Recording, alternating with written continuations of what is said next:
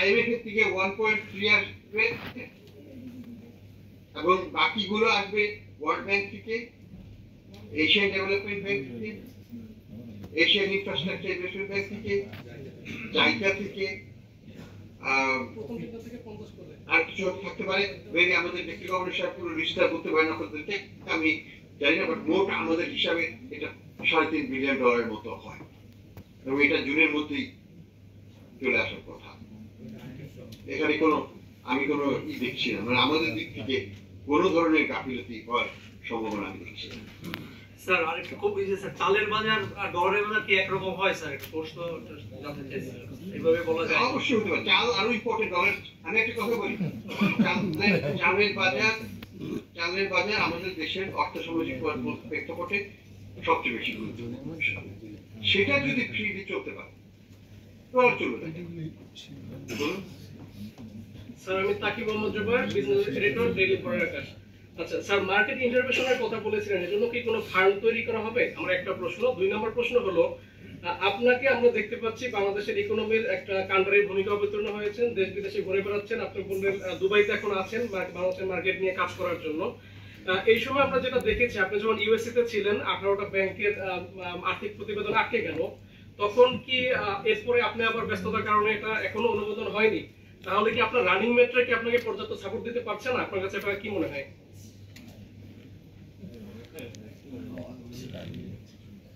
দেখুন, প্রশ্নটা হলো একটা আরেকটু বলবেন যে প্রশ্নটা শেষ পর্যায়ে আমরা শুনতে পাই। স্যার সেটা হলো যে 18টা ব্যাংকের যে আর্থিক প্রতিবেদন আটকে গেল, শেয়ার মার্কেটের তালিকাভুক্ত যে 18টা ব্যাংক, এই ব্যাংকের আর্থিক প্রতিবেদন আটকে যাওয়ার কারণে কিন্তু শেয়ার মার্কেটটা কিন্তু এখনো অনেক চাপের মধ্যে আছে। বিনিয়োগকারীরা এখনো জানে না তাদের এই ব্যাংকগুলোর অবস্থা কি। এক্ষেত্রে আপনি ইউএসএ তে থাকার কারণে আইএমএফ এর মিটিং এ তখন এই বিষয়টা শুরা হয়নি।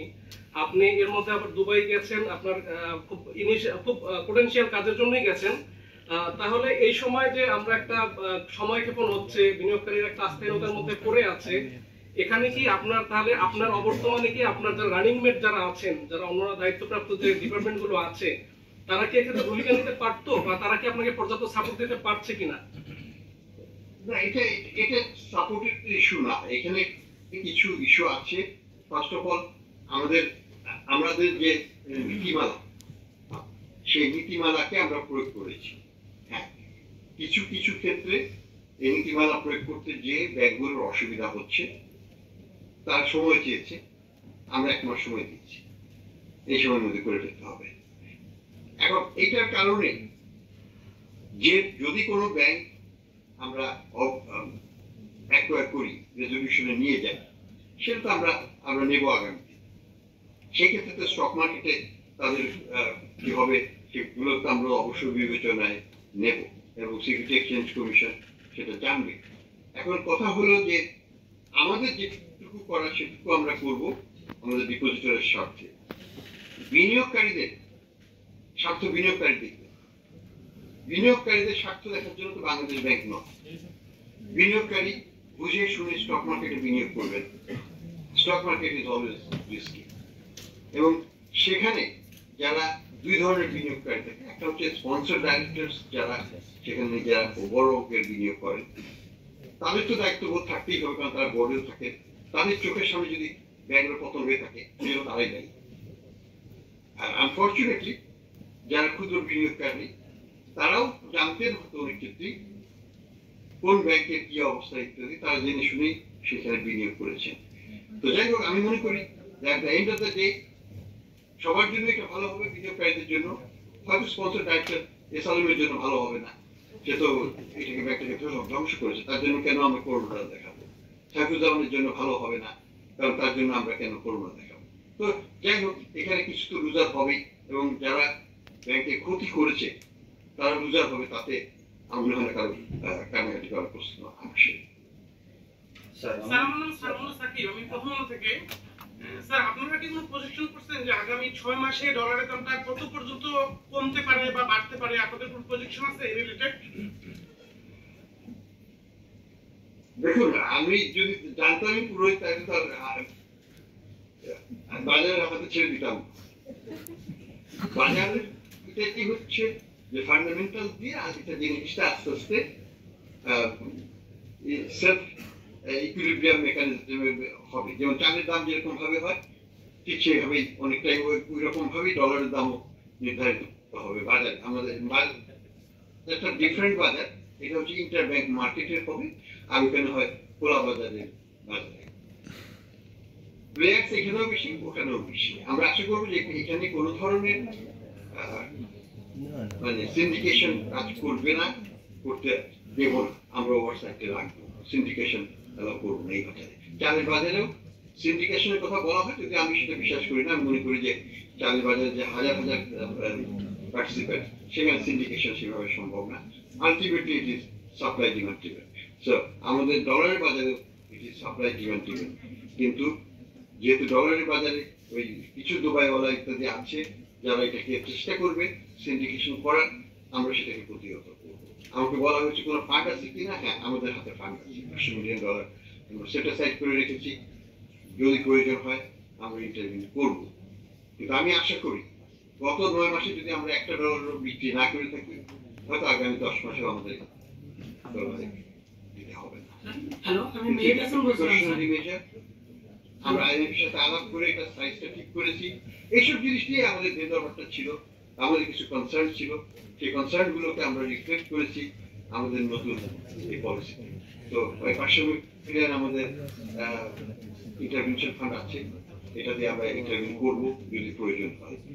তো কাজে আমি বলবো যারা এখানে সিন্ডিকেশন করতে চাইবে তাদের প্রতি সাবধান বাণী দিব, করতে আসবেন, এখানে হাত দিলে হাত দিবে। হ্যালো, আমি মেহেদি হাসান বলছিলাম। ব্যবসা করতে আসছেন, ব্যবসা করবেন। হ্যালো, আমার একটা প্রশ্ন আছে স্যার। আপনি বলছিলেন যে মার্কেট বেস, আসলে কি এবার ফুললি মার্কেট বেস কিনা? এবং আমরা দেখে আসছি এর আগেও আপনারা বলেছেন মার্কেট বেস, কিন্তু আপনাদের একটা অদৃশ্য হাত ছিল মার্কেটে। এরকম কোনো ইন্টারভেনশন বা আপনাদের কোনো মানে ভিতর কিছু আছে কিনা, নাকি ফুললি মার্কেটের উপর ছেড়ে দিয়েছেন? ধন্যবাদ দেখুন, পৃথিবীর সব দেশেই বাজারকে কিছুটা হলে নিয়ন্ত্রিত করা হয়, বিভিন্ন ভাবে নিয়ন্ত্রিত করা হয়। মানে কেনা বেচার মাধ্যমে বাংলাদেশ ব্যাংক এই বাজার থেকে কিনবে। আমাদের রিজার্ভ কি আইএমএফ টাকায় হবে, না আমাদের রিজার্ভ নিজের টাকায় হবে? বলুন, আমাদের রিজার্ভ যখন 48 বিলিয়নে গিয়েছিল, এটা কার টাকায় হয়েছে? আমাদের টাকায় হয়েছে। কাজে বাজারে তো আমরা থাকবো, বাজারে আমরা কিনবো, বাজারে আমরা বিক্রি করবো। কাজে এটা তো বললে হবে না যে বাংলাদেশ ব্যাংক বাজারে থাকবে না। বাংলাদেশ ব্যাংক বাজারে থাকবে, কেনা বেচার মাধ্যমে আমরা এটাকে ইনফ্লুয়েন্স করার চেষ্টা করবো। আমাদের যেটাকে আমরা ইন্টারভেনশন বলি, আমরা বাজারে থাকবো, আমাদের পরিস্থিতিকে টাইট করে প্রয়োজন হলে ইন্টারেস্ট বাড়িয়ে কমিয়ে আমাদের এক্সচেঞ্জকে আমরা সাপোর্ট দেবো। আমাদের প্রয়োজন হলে আমাদের বাজেট ডেফিসিট কমিয়ে আমরা এক্সচেঞ্জকে সাপোর্ট দেবো। কিন্তু করেছি আমরা, আগামীতে প্রয়োজন হলে আরো করা হবে। সব পরিস্থিতিকে সাপোর্ট দিয়েই, পলিসি সাপোর্টের মাধ্যমে আমরা কিন্তু মূল্যস্ফীতি এবং এক্সচেঞ্জের স্টেবল রাখতে পারবো, মূল্যস্ফীতি কমিয়ে আনতে পারবো, তারপরে স্টেবল করবো এবং ডলার ভ্যালুটাও স্টেবল। স্টেবল হওয়া মানে ফিক্সড হয়ে যাবে। স্টেবল হচ্ছে যেটা আস্তে আস্তে ডলার সুস্থিজনক ভাবে এটা স্যার। আমার নাম sir Zubair Hasan, sir financial expert থেকে বলছিলাম। স্যার, একটা বিষয়ে অনেক প্রশ্ন তারা দিয়েছে, সেটা হচ্ছে যদি কেউ মার্কেটে আউট প্লে করে, সেক্ষেত্রে তাদেরকে আপনার মনিটরিং কিভাবে প্রশ্নটা একটু আবার বলবেন? মার্কেটে যদি কোনো প্লেয়ার আউট প্লে করে সেই ডলার এক্সচেঞ্জ রেটের ক্ষেত্রে, সেক্ষেত্রে স্যার আপনারা কিভাবে তাদেরকে মনিটরিং করেন?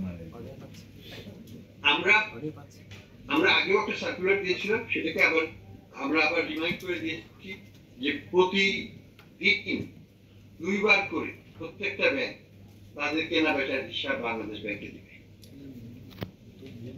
আমার বাজার দর যদি 122 হয়, 122.5 হয়, কেন আরেকজন 125 টাকা বা 130 টাকা বিক্রি করবে?